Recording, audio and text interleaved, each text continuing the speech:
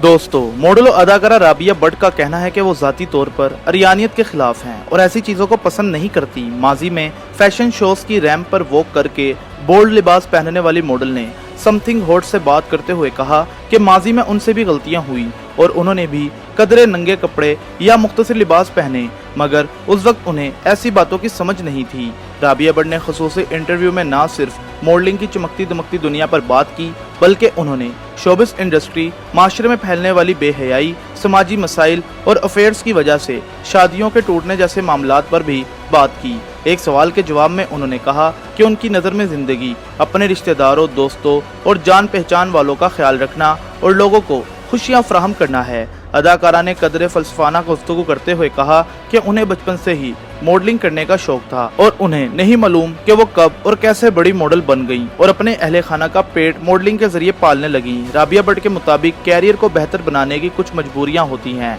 और किसी मुकाम पर पहुंचने के लिए लोगों को बहुत सारे ऐसे काम भी करने पड़ते हैं जिन्हें नहीं करना चाहिए। अगरचे अदाकारा ने कहा कि बाज़ मजबूरियों के तहत कैरियर बनाने के लिए गलत काम भी करने पड़ते हैं, ताहम उन्होंने वाजे नहीं किया कि उन्होंने कौन से काम मजबूरी के तहत किए। अदाकारा ने मॉडल्स की जानिब से नीम अरिया लिबास पहने जाने के सवाल के जवाब में बताया कि वो मज़कूरा मामले पर ऐसा सच नहीं बोलेंगी जो लोगों की तकलीफ का बाइस बने। राबिया भट्ट ने हालिया हम स्टाइल अवार्ड शो के तनाजुर में पूछे गए सवाल के जवाब में कहा कि वो कौन होती हैं मॉडल्स के नंगे लिबास पर बात करने वाली, क्योंकि माजी में वो खुद भी ऐसा लिबास पहन चुकी हैं। अदाकारा ने इतराफ़ किया कि जब उन्होंने मॉडलिंग के दौरान बोल्ड लिबास पहना तब उन्हें ऐसी बातों का इल्म नहीं था, मगर अब वो ऐसी बातों को समझ चुकी हैं और जो आज की मॉडल्स ऐसा लिबास पहन रही हैं वो भी एक दिन समझ जाएंगी। राबिया भट्ट ने इसी बात को जारी रखते हुए कहा कि वो ज़ाती तौर पर अरियानियत के हक में नहीं हैं और वो ऐसी किसी चीज़ की तौसीक नहीं करेंगी जो कोई खतून अपने अहले खाना के सामने ना कर सके।